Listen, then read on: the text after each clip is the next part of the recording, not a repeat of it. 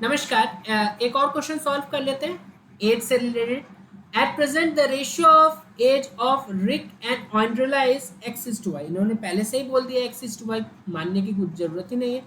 If Rick age is increase by 4 years, Rick का age है X तो X plus 4 and Ondrella age is increase by 2 years, तो फिर ratio 2:3 हो गया। वाई को 2 से इंक्रीज किया, अब रेशियो 2:3 हो गया।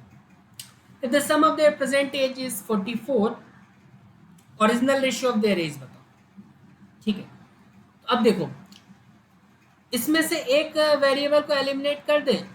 x को हम x प्लस वाई, क्योंकि 44 है तो मैं 44 है तो मैं इसको लिख सकता हूं y के जगह या x के जगह ही 44 माइनस वाई। तो 44 प्लस 4 माइनस वाई, तो 48 माइनस वाई लिख दे सीधे, डिवाइडेड बाय y प्लस 2 बराबर 2/3।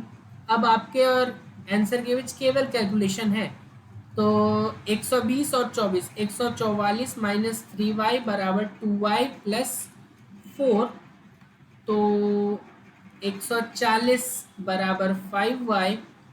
8 5 जो 40 और 25 जो 100, दैट मीन्स y का वैल्यू 28 आ गया। और हमें पता है y और x का सम 44 है, x का जो वैल्यू आ जाएगा वो 16 आ जाएगा। अब पूछ क्या रहे, original ratio of their age. Original ratio of their age क्या था, x इज टू वाई, तो बस x इज टू वाई बता दो। x का वैल्यू 16, y का वैल्यू 28।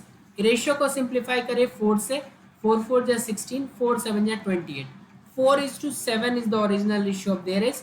7:4 नहीं बताने, क्योंकि ओरिजिनल जो रेशियो गिवन है that is x is to Y, तो उसी फॉर्म में देना था answer, that is second option. Easy question था एज से रिलेटेड, बेसिक सही हमने सॉल्व किया, कोई ट्रिक नहीं लगा है।